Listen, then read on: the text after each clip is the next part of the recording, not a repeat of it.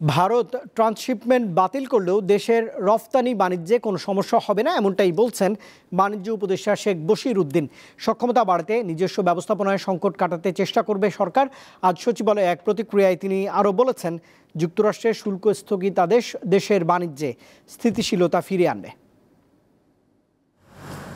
Transshipment সুবিধায় ভারতের বিমান, সমুদ্র ও স্থলবন্দর ব্যবহার করে তৃতীয় কোনো দেশে পণ্য রপ্তানি করত বাংলাদেশ। পেট্রাপোল ও বেনাপোল সীমান্ত হয়ে ভারতে প্রবেশ করায় খরচ কম হতো, সময়ও লাগত কম। 2020 সালের 29 জুন ট্রান্সশিপমেন্টের চুক্তি হয়েছিল উভয় দেশের মধ্যে। গত 8 এপ্রিল ভারত এই ট্রান্সশিপমেন্ট চুক্তি বাতিল করে।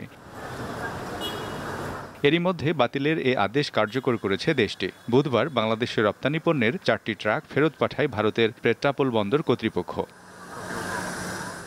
এমন পরিস্থিতিতে বৃহস্পতিবার সচিবালয়ে ট্রান্সশিপমেন্ট বাতিলের বিষয়টি জানতে চাওয়া হয় বাণিজ্য উপদেষ্টার কাছে। প্রশ্ন ছিল, প্রতিবেশী দেশটির হঠাৎ এমন সিদ্ধান্তে দেশের অর্থনীতিতে নেতিবাচক কোনো প্রভাব পড়বে কিনা। ইনশাল্লাহ এটাতে কোনো সমস্যা আমরা বোধ করছি না। 40 থেকে 50 হাজার টন মতো ম্যাটেরিয়াল বাই রোডে এখান থেকে ভারতের বিভিন্ন পোর্ট, বিশেষত দিল্লি, কলকাতা এবং ব্যাঙ্গালোর কিছু এই পোর্টের মাধ্যমে আমাদের রপ্তানি হতো। আমরা আশা করি যে এই ম্যাটেরিয়ালটা আমরা নিজেরাই ক্যারি করার সক্ষমতা বৃদ্ধির মাধ্যমে আমাদের এই সমস্যা অতি দ্রুত সমাধান। ইউরোপিয়ান কান্ট্রি যেহেতু বেসিক্যালি ইউরোপিয়ান ট্রান্সশিপমেন্ট তো রাস্তার যেটা যাচ্ছে সেখানে তো আমাদের কোনো সংকট তৈরি হয়, শুধু এটা এয়ারপোর্ট রিলেটেড একটা সংকট তৈরি। ট্রান্সশিপমেন্ট বাতিলের বিষয়ে ভারতের কাছে কিছু জানতে চাওয়া হবে কিনা এমন প্রশ্নও ছিল সংবাদকর্মীদের। আমরা এই মুহূর্তে বিবেচনা করছি না। আরেক প্রশ্নের জবাবে তিনি জানান, 3 মাসের জন্য যুক্তরাষ্ট্রের পাল্টা শুল্ক স্থগিত আদেশ বাংলাদেশের অর্থনীতির জন্য ইতিবাচক।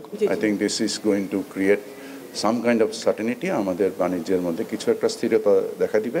আমরা আমাদের কর্ম সমষ্টিগুলো নিয়ে কাজ করছি এবং সেগুলো নিয়ে সম্ভবত যে সময় সম্ভব আমরা দ্রুত যুক্তরাষ্ট্রে নিজেরাও যাব এবং যে আমাদের অবস্থানগুলোকে তুলে ধরব। যুক্তরাষ্ট্রের সঙ্গে বাণিজ্য ঘাটতি কিভাবে কমানো যায় তা উভয় দেশ আলোচনা করবে বলেও জানান বাণিজ্য উপদেষ্টা। বাণিজ্য ঘাটতির কিভাবে সমন্বয় করা যায় আমরা সেই পরিপ্রেক্ষিতে কাজ করছি। মিজানুর রহমান, দীপ্ত সংবাদ, ঢাকা।